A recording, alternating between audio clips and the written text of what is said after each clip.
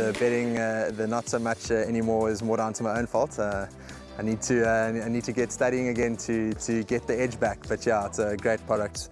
I love the exchange. It's really, in my opinion, one of the better bookmakers, if not the best bookmaker out there.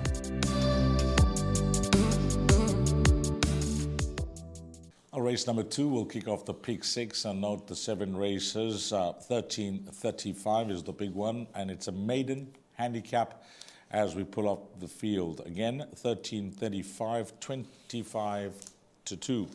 So the betting as the horses like this, single-figure horses, just single-figure horses. Warren number 2 at 7-1. 3 at 5-1, 7-2, number 5, 14-10, number 6. And we got this other horse for Duncan Howells called Connoisseur. That's at 6-1. We'll begin with the top one, Scampton, Glenn Cotson's runner. Is this your first choice? Firm, very firm first choice, Dees. I say it with confidence, but in saying that, there are, of course, dangers. Magic Prince, for the Tinny Prinsloo stable, and naturally Josephine's Pride for the Paul Lafferty stable. Those are his biggest dangers, in my opinion. And my 2 value choices are 9, Basi Raakvat, who was very kind to me last time, finishing 3rd when I selected him as my value choice. And I also like number 10, Connoisseur. 9 and 10 for my value. But to answer your question, yes, I like Scampton. I like him a lot. And from a much better draw this time, I think he's the one to beat. Well, Warren confident on number 5, Scampton, and obviously judging him on that last start, which was arguably his best run to date, beaten 3 lengths by the winner, few more dollars. Well, I agree with you, Warren, with number 3, Magic Prince, and number 6, Josephine's Pride. I think Richard Fourie would have had a good feel for Josephine's Pride last time out behind Future Energy and could go one better.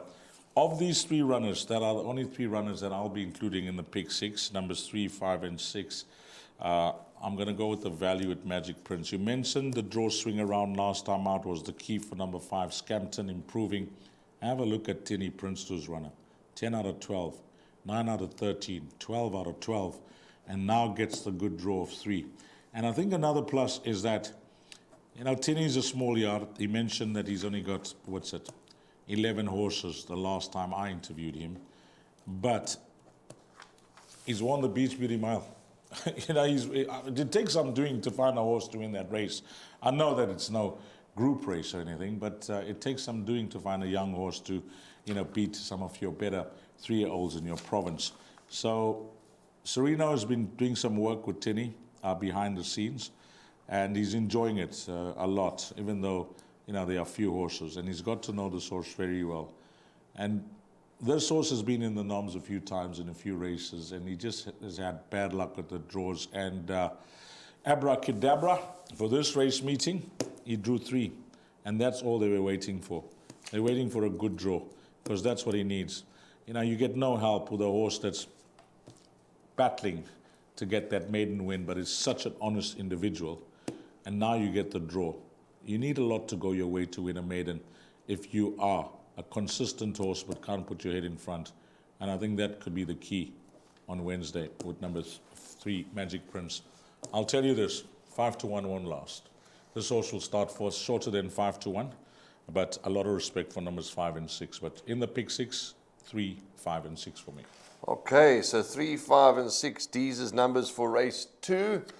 And let's move along and talk about race number 3, which is going to be run over 1,600 meters. It runs in 2:10. We'll be back with a preview for race 3.